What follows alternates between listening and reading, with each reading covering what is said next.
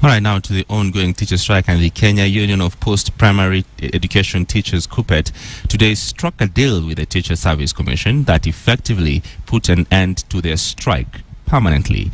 The deal involved the signing of a return-to-work formula with the government that would pave way for a new collective bargaining agreement with the employer. But as Patrick Amimo reports, their sister union, knut, maintains it will not call off this teacher strike until an agreeable offer is put on the table by the government. Since we have signed a return-to-work formula, the strike is now officially called off. What this signifies is the spirit of negotiation. In the return-to-work formula, KUPPET will now pursue negotiations under the guidance of the Salaries and Remuneration Commission and a consultative committee on terms and conditions of service for teachers as established under the TSC Act 2012.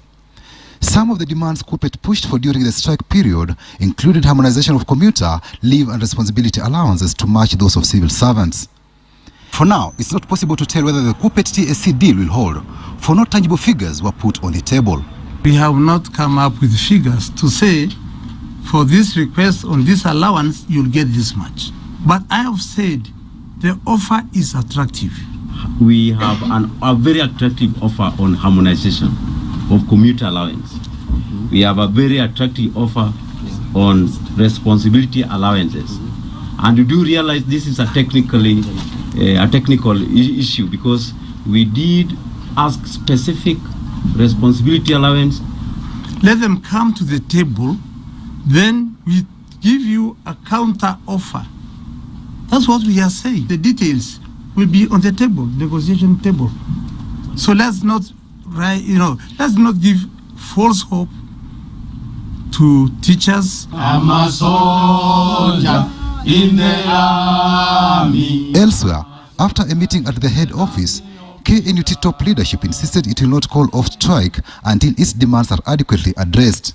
Even before we call off the strike, as required by industrial procedures, we must engage in meaningful and constructive dialogue and get an acceptable back-to-work formula. Then we call off the strike. KUPPET is in the process of signing an inferior deal with the government. KNUT says they will not be cowed by the Attorney General's threats to start contempt of court proceedings against them. knut is waiting for the AG to come and serve whatever documents he has. You can see we have not run away from our building.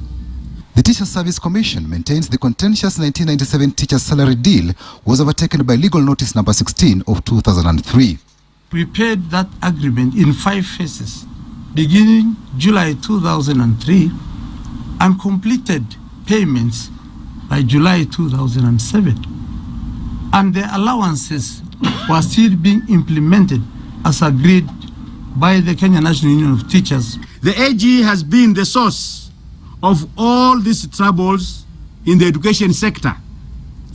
He has consistently misadvised the government about legal notice number 534 of 1997, and we have learned that it is his office that gazetted legal notice number 16 of 2003 contrary to the law. Patrick Amimo, KTN.